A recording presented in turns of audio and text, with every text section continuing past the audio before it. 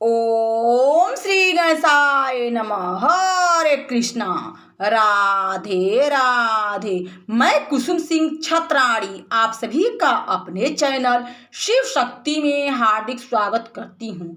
आज मैं आप लोगों को शिव महापुराण के सप्तम वायव्य संहिता उत्तरार्ध के 8वां अध्याय की कथा सुनाने जा रही हूँ। व्यास जी का उत्पत्ति काल। श्री कृष्ण जी बोले, हे भगवान, और मेरी यह सुनने की इच्छा है कि अभक्तों, अज्ञानियों और अयोग्यों को ज्ञान कैसे प्राप्त होता है। इस संबंध में शिव जी ने क्या वेदसार ज्ञान कहा है, जिसकी गूढ़ता देखकर मूर्ख उसकी निंदा करते हैं। क्या वह कहीं वर्णाश्रम धर्म के विपरीत है? उसमें सो षडंग वेद और सांख्यों को सर्वथा संपूर्ण ही ग्रहण किया गया है, और जिस ग्रंथ की कुल संख्या 1 करोड़ है तथा जिसे स्वयं परमेश्वर ने वर्णन किया है। हे प्रभु, उसकी किस प्रकार से पूजा की जावे, उसकी पूजा में किसका अधिकार है तथा वह ज्ञान और योग आदि कैसा है। हे सुरत, उसे आप हमें विस्तार पूर्वक सुनाने की कृपा कीजिए। उपमन्यु जी बोले, शिव जी ने जो कुछ कहा है वह सर्वथा ही निंदा स्तुति से रहित है। जिस पर विश्वास हो जाता है और जो गुरु के प्रसाद से प्राप्त होता है तथा जिससे सहज ही मुक्ति प्राप्त हो जाती है, उसे मैं संक्षेप में कहता हूँ, विस्तार से तो कोई कह ही नहीं सकता। जब सत्कार्य कारण से सृष्टि रचने का विचार कर शिव जी स्वयं प्रकट हुए, तब उन्होंने पहले ब्रह्मा को उत्पन्न किया और यह आज्ञा दी कि सृष्टि रचो। ब्रह्मा जी संसार की रचना करने लगे।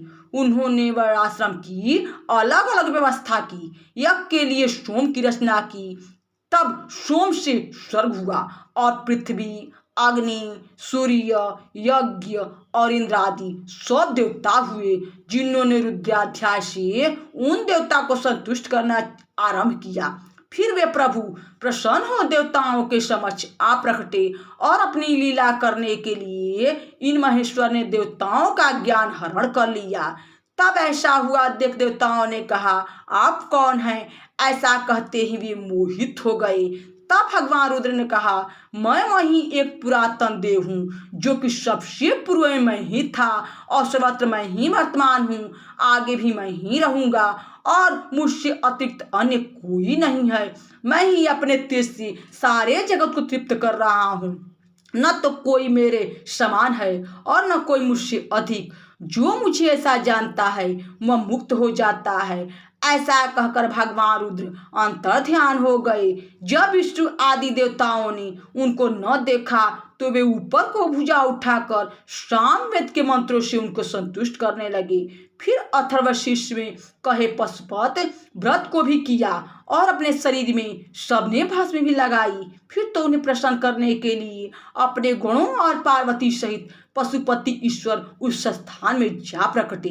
देवताओं ने उन देवदेव का दर्शन किया। ईश्वर की इच्छा, उनकी अनुवर्तनी शक्ति, सबने उन वामलोचन शिव के वामांग में उस ईश्वरीय परम शक्ति का दर्शन किया। उन्हें 100 पद मिला। सभी संसार से विरक्त हो गए। नित्य सिद्ध गणेश्वर का भी उन्होंने दर्शन किया। फिर तो देवताओं ने देवी सहित उन महेश्वर की बड़ी वंदना की। शिव संबंधी दिव्य स्रोतों से उनकी पौराणिक श्लोक बद्ध स्तुति की। वृषभध्वज ने देवताओं पर कृपा दृष्टि की और उनकी ओर देखते हुए यह भी कहा कि मैं प्रसन्न हूँ।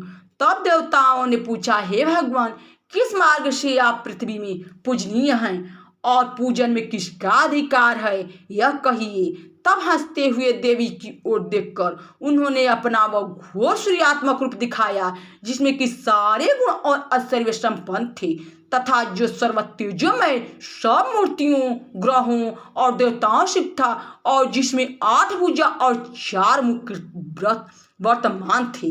तब ऐसे अर्धनारी अद्भुत स्वरूप शिव को देखकर विष्णु आदि सब देवता उनको अर्घ्य देकर स्तुति पूर्वक सुवर्ण से पूर्ण कुमकुम, कुश और पुष्प मिलाकर स्वर्ण पात्र में लेकर भगवान को अर्पण किए और कहने लगे, भगवान प्रसन्न हो, हे रुद्र, विष्णु, ब्रह्म, सूर्यमूर्ति गुणों सहित आपको नमस्कार है।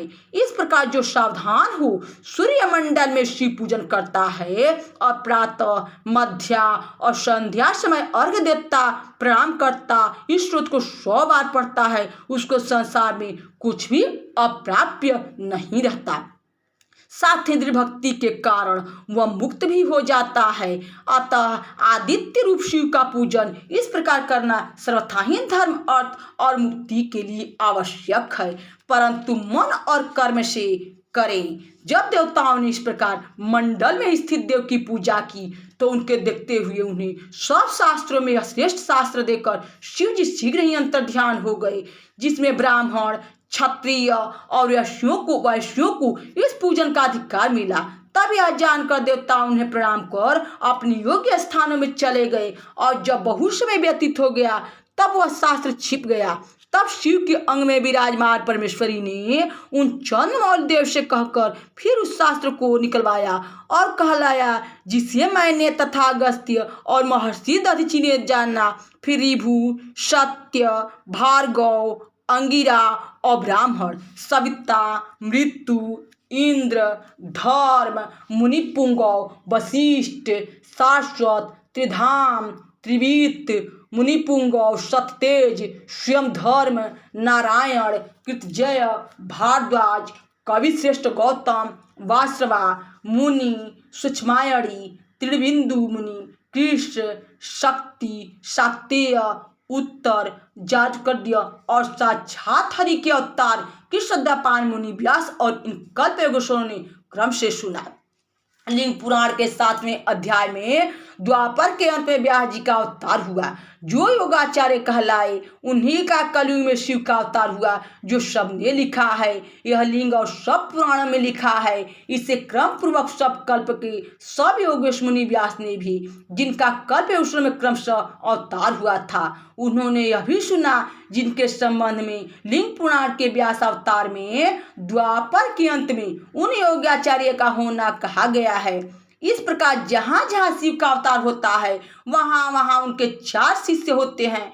ऐसे उनके हजारों शिष्य प्रशिष्य हुए, जिनके संभाषण से लोक में शिव जी की आज्ञा पालन के कारण भाग्यमान मनुष्य अत्यंत भक्तिमान हो जाता है और अत्यंत भक्ति करे तो उसका मोक्ष भी हो जाता है। यहाँ शिव महापुराण के सप्तम वायव्य संहिता उत्तरार्ध के 8वें अध्याय की कथा समाप्त हुई। बोलो शंकर भगवान की जय, मैया भवानी की जय। हरे कृष्णा, राधे राधे। भक्तजनों, यह भोलेनाथ की कथा है। कम से कम कमेंट बॉक्स में हर हर महादेव तो लिखा कीजिए, जिससे भोलेनाथ की कृपा आप सभी पर सदैव बनी रहे।